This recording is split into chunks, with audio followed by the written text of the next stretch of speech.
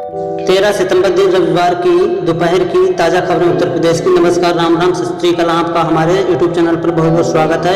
हम आपको बताते हैं उत्तर प्रदेश की ताज़ा व बहुत महत्वपूर्ण खबरें। ये खबरें आपके गांव, शहर व जिला की हो सकती है, इसलिए आपसे निवेदन है कि केवल 10 मिनट का समय निकालकर आप ये खबरें जरूर देखें। और आपसे एक निवेदन और है कि आप हमारे चैनल को सब्सक्राइब व हमारे वीडियो को लाइक व शेयर करें, क्योंकि आपके वीडियो सब्सक्राइब करने से हमारा मनोबल व हौसला बढ़ता है और हम आप लोगों के लिए कुछ खास लाने की चेष्टा करते हैं। चलिए अब हम आपको बताते हैं आज की खबरें एक एक करके।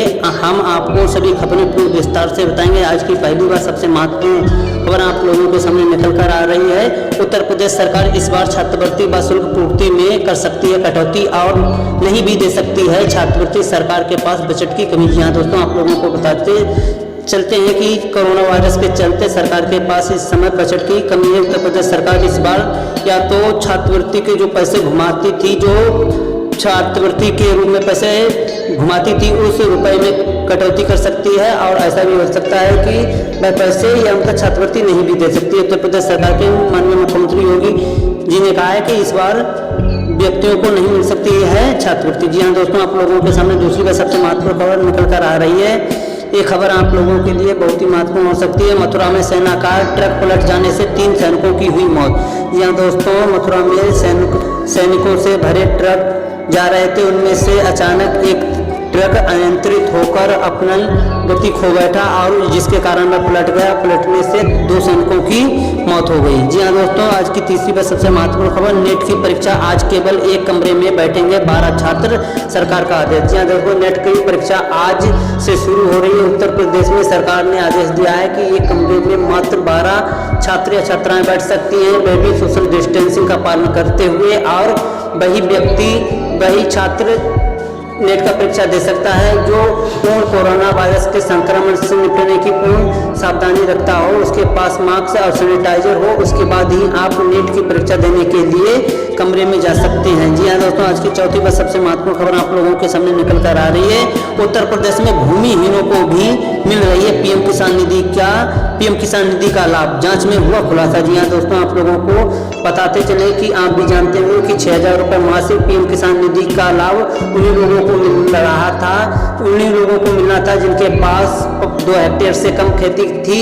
लेकिन परंतु बाद में प्रधानमंत्री नरेंद्र मोदी जी ने इसकी खेती की समय सीमा समाप्त कर दी, जिसके पास कितनी भी खेती उन लोगों को भी पीएम किसान निधि का लाभ मिल सकता था। लेकिन दोस्तों, उत्तर प्रदेश में एक वाकया सामने आया। जब उत्तर प्रदेश में जांच हुई तो पाया गया कि जिन लोगों के पास किसी भी प्रकार की भूमि नहीं है, उन्हें भी पीएम किसान निधि का लाभ मिल रहा था। जी हाँ दोस्तों, आप लोगों के सामने 5वीं सबसे महत्वपूर्ण खबर निकल कर आ रही है। खबर आपके लिए महत्वपूर्ण हो सकती है। विकास दुबे तो मर गया, फिर ये मिनी विकास दुबे कहां से आया? ग्रामीणों की दलील से हैरान आईजी। उसी गांव का एक शख्स अपने को मिनी विकास दुबे कहता है और ग्रामीण की जमीन छीन चुका है और लोगों से जबरन पैसे लेता है। 12 दर्जन से अधिक लोग आईजी के पास गए, आईजी ने दिया कार्रवाई का आश्वासन। जी हाँ दोस्तों, आपको बताते चले विकास दुबे कानपुर वाले का नाम ही था उत्तर प्रदेश में, लेकिन उसकी मृत्यु हो गई है। उसी के गांव का एक शख्स अपने आप को मिनी विकास दुबे कहता है। वह भी लोगों की जबरन खेती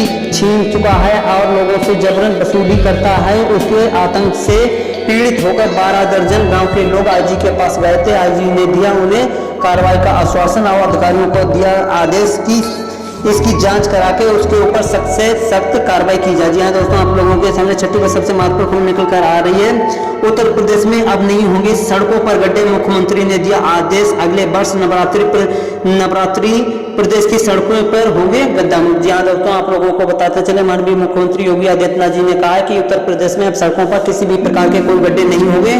उन्होंने एक समय सीमा तय करते हुए कहा है कि अगले वर्ष की नवरात्रि तक उत्तर प्रदेश की सड़कें होंगी गड्ढों से मुक्त। जी हाँ दोस्तों, आप लोगों के सामने आज की 7वीं व सबसे महत्वपूर्ण खबर निकल कर आ रही है। खबर आप लोगों के लिए लाभदायक हो सकती है। उत्तर प्रदेश में मुख्तार अंसारी, अतीक अहमद और आजम खां की मुश्किलें दिन प्रतिदिन कम होने का नाम नहीं ले रही है। जी हाँ दोस्तों, आप लोगों को बताते चले जिन लोगों के नाम से पुलिस प्रशासन और महकमा में खलबली मच जाती थी, आज वे ही दर की ठोकर खाते पड़ते हैं। जी हाँ दोस्तों, आप लोगों को बताते चले यूपी में मुख्तार अंसारी, अतीक अहमद और आजम खान की मुश्किलें दिन प्रतिदिन बढ़ रही हैं। आपको बताते चले ये तीनों लोग इस समय जेल में हैं और इनके परिवार के अधिकांश जो भी सदस्य हैं भी सभी जेल में हैं। इन लोगों से जुड़े हुए जितने भी सदस्य हैं, इनके जो पार्टनर थे वे सभी जेल में हैं। इन लोगों की मुश्किलें कम होने का नाम नहीं ले रही हैं। जी हाँ दोस्तों, आज की 8वीं बार सबसे महत्वपूर्ण खबर आप लोगों के सामने निकल कर आ रही है।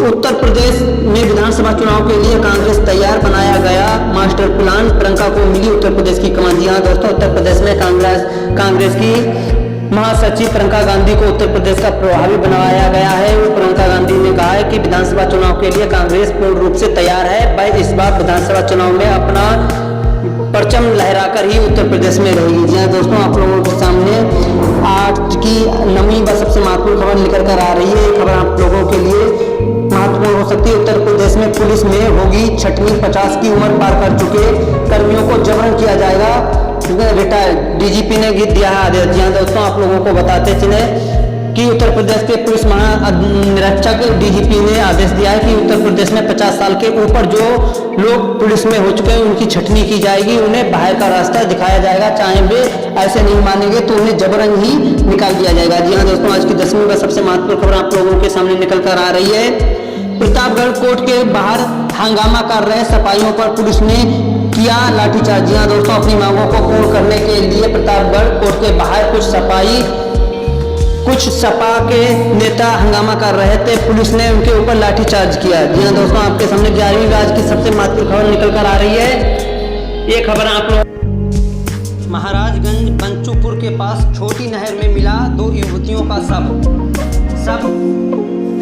सब देखते ही ग्रामीणों ने दिया पुलिस को सूचना। मौके पर पहुंची पुलिस ने जुटाए सबूत। जी हाँ दोस्तों, आप लोगों के सामने 12वीं पर सबसे महत्वपूर्ण खबर निकल के आ रही है। बलरामपुर में एक गुफा के पीछे पेड़ से लटके मिले एक युवक व एक युवती का शव, पुलिस जुट गई है जांच में। जी हाँ दोस्तों, आप लोगों को बताते चले कि बलरामपुर में एक गुफा के पीछे एक पेड़ से एक युवक व एक युवती का शव लटका मिला। पुलिस इसको प्रेम प्रसंग के मामले से जोड़ रही है। जी हाँ दोस्तों, आप लोगों के सामने 13वीं व सबसे महत्वपूर्ण खबर निकल कर आ रही है। खबर आप लोगों के लिए लाभदायक हो सकती है। कोरोना काल में बंदी के बाद शनिवार को चारबाग से दिल्ली जाने वाली पहली शताब्दी ट्रेन में यात्रा करने के लिए पहुंचे यात्री। जी हाँ दोस्तों, कोरोना काल में बंदी के बाद पहली ट्रेन चारबाग नखलऊ से दिल्ली के लिए हुई रवाना। जी हाँ दोस्तों, आज की 14वीं पर सबसे महत्वपूर्ण खबर आप लोगों के सामने निकल कर आ रही है। देवरिया में 2 छात्राओं को अगवा कर उनसे 5 दिनों तक किया गया शारीरिक शोषण, पुलिस ने 3 आरोपितों को किया गिरफ्तार। जी हाँ दोस्तों, उत्तर प्रदेश में लड़कियों से संबंधित मामले कम नहीं हो रहे हैं। उत्तर प्रदेश की पुलिस बहुत प्रयास कर रही है, लेकिन इस मामले में किसी भी प्रकार की उत्तर प्रदेश में किसी भी प्रकार की अपराधों में कमी नहीं हो रही है। इसी के चलते देवरिया में 2 छात्राओं को अगवा कर उनसे 5 दिनों तक शारीरिक शोषण किया गया था। इसके आरोपित को पुलिस ने किया गिरफ्तार। जी हाँ दोस्तों, आज की 15वीं व आज की सबसे महत्वपूर्ण व आज की लास्ट खबर आप लोगों के सामने निकल कर आ रही है। वाराणसी कैंट से आज 3 ट्रेनें का हुआ संचालन शुरू, यात्रियों व कुलियों ने जताई खुशी। जी हाँ दोस्तों, आपको बताते चलें कोरोना संक्रमण के कारण सभी प्रकार की ट्रेनें बंद कर दी गई थी, केवल मालगाड़ी ही चली जा रही थी। लेकिन अब आप लोगों के लिए अब ट्रेनें चलने लगी हैं। आज वाराणसी से कैंट तक के लिए 3 ट्रेनों का